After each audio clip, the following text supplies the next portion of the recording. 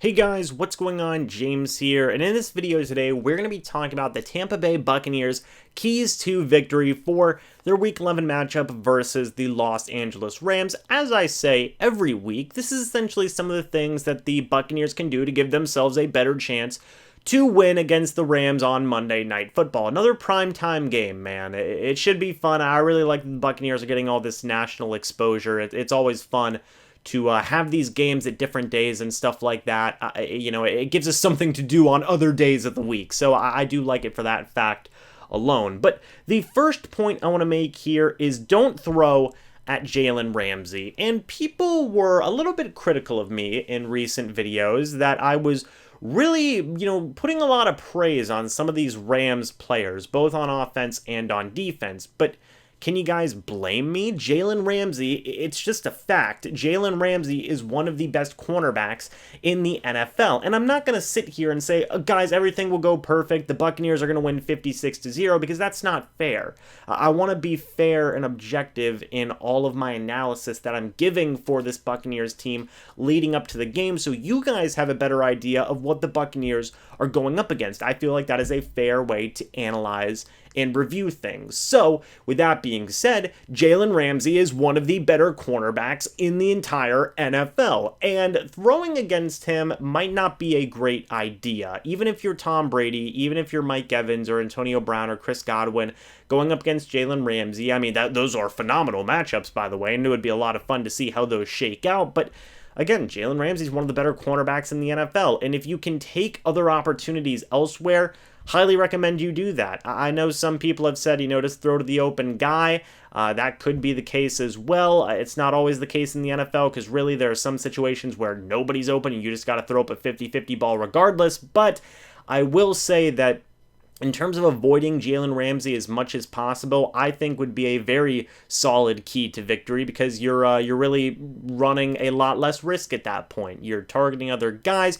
you're taking advantages of matchups when you see them, and overall it would just be a more efficient way to work your way down the field. And you've got to give credit where credit is due. You can't sit there and get I don't want to say arrogant because that's not the right word to use, but, testing Jalen Ramsey and testing some of the top cornerbacks in the league can go very bad very quickly. I mean, that's just a fact. We've seen that time and time again, regardless of who the quarterback is.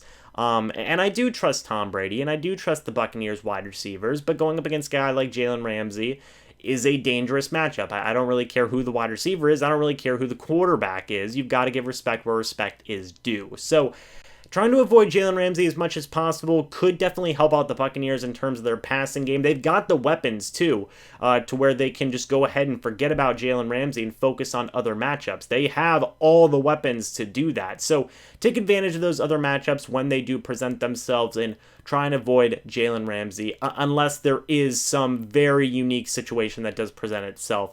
Then you can attack Jalen Ramsey. But if he's on his A game, maybe steer away from throwing it towards, Jalen Ramsey there. The next point I want to make here is going to be stopping Aaron Donald. And much like in the case of Jalen Ramsey, Aaron Donald is, in my opinion, I think the best defensive player in the entire NFL. And I've mentioned it all this week. Ryan Jensen, Alex Kappa are going to have the responsibility of stopping Aaron Donald, and they did it last year pretty darn well. And I think they do have the ability to do it again. Ryan Jensen's one of the better centers in the NFL, in my opinion, and Alex Kappa just continues to grow and improve as an offensive lineman the more we see him. So they're yet again going to have that responsibility. I've seen some people say, triple team him too. I don't know if that's 100% necessary. I think Jensen and Kappa can get the job done. They did as much last year, but Ramsey and Donald, those are the two, it's the two-headed monster on that defensive side of the football for that Rams team. So if you avoid both those guys at all costs, you already give yourself a way better chance of winning the game if you just go ahead and pick and choose different matchups along the defense. Maybe avoid running it to where, Aaron Donald is on that defensive line, or run it towards him. Maybe it'll work. I honestly have no idea. Maybe Alex Kappa and Ryan Jensen can overpower Donald on a couple of plays, create a big hole, and, make some good stuff happening in the run game as well. But especially in terms of pass protection, Aaron Donald is a freak of a human being, and we've got to protect Tom Brady at all costs. So stop Aaron Donald 100%. That man is just insane. The next point I want to make here is going to be unique play calling. And I will say this again, the Los Angeles Rams play calling, their coaching staff, Sean McVay, is one of the more unique coaching staffs, one of the more unique play calling systems in the entire NFL. They're right up there at the Kansas City Chiefs, Baltimore Ravens a little bit. They've been having a down year so far this year, but Chiefs and Rams, those guys are up there in terms of the uniqueness of their play calling. The Buccaneers are going to have to match that, I think, a little bit. Now, in their game last year, we saw just cannons away, bomb after bomb, and it worked.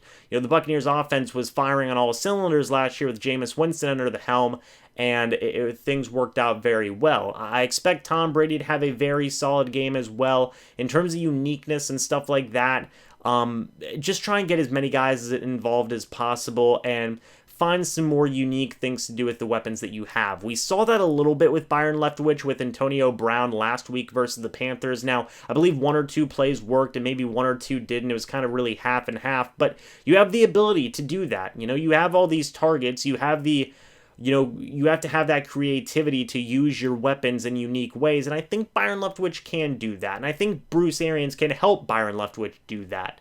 I've seen a lot of people say, the Buccaneers coaching staff has an old way of thinking on, in terms of their football mentality. I don't think that is the case at all. I think that they can have unique play calling, and I think they can, create some very interesting things that defenses would not be ready for, and they have the weapons to do it, and I feel that is going to be one of the more important things in terms of getting that offense rolling, is keeping that Rams defense on their toes by having maybe some unorthodox play calling, maybe some situational stuff that they are not expecting.